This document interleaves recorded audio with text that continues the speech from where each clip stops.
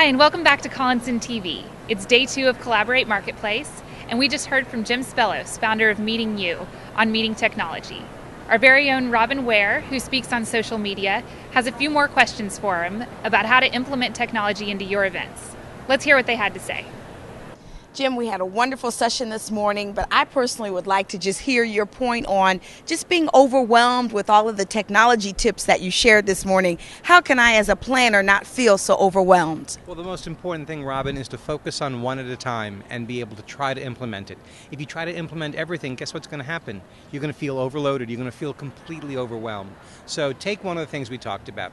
Was it RSS? Was it Foursquare? Was it something about Twitter? And take a couple days and play with it. And also budget your time.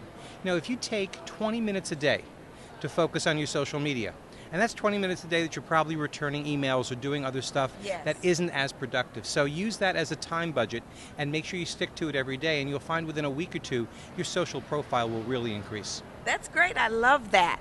But let me also say that I was thinking in trying to master one platform at a time that we've got some volunteers, of which we've got some young volunteers. What if we assigned our youngest volunteer that we know loves Facebook to master that platform for us? Is that a good process to think about the youngest person to manage it for us? Could be. I wouldn't say it's the ideal strategy because the youngest person might not know as much about the needs of your organization. So you got to find that blend. If the youngest person, if you can train them about what's important in the organization and use the skills they have in the social media to couple with the knowledge that some of the older people, or I should say more established people, have, then it's a perfect complement. But it doesn't have to be the youngest. You might have someone who's a boomer who's really into it. And if they've been with the organization for a while, guess what?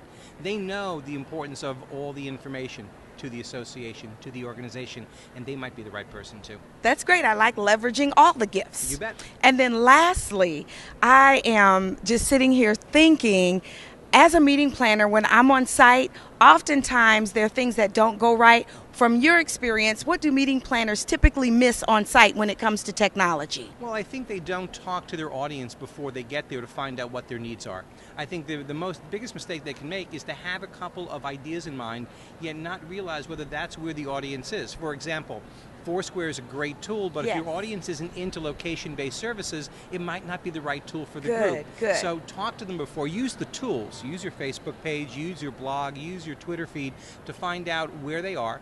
And once you figure that out, then start leveraging the technology based on their immediate needs. They'll grab it a lot quicker, and they'll be really happy that they can integrate what they know rather than feeling intimidated. Wow. As always, Jim Spellos, you are the bomb.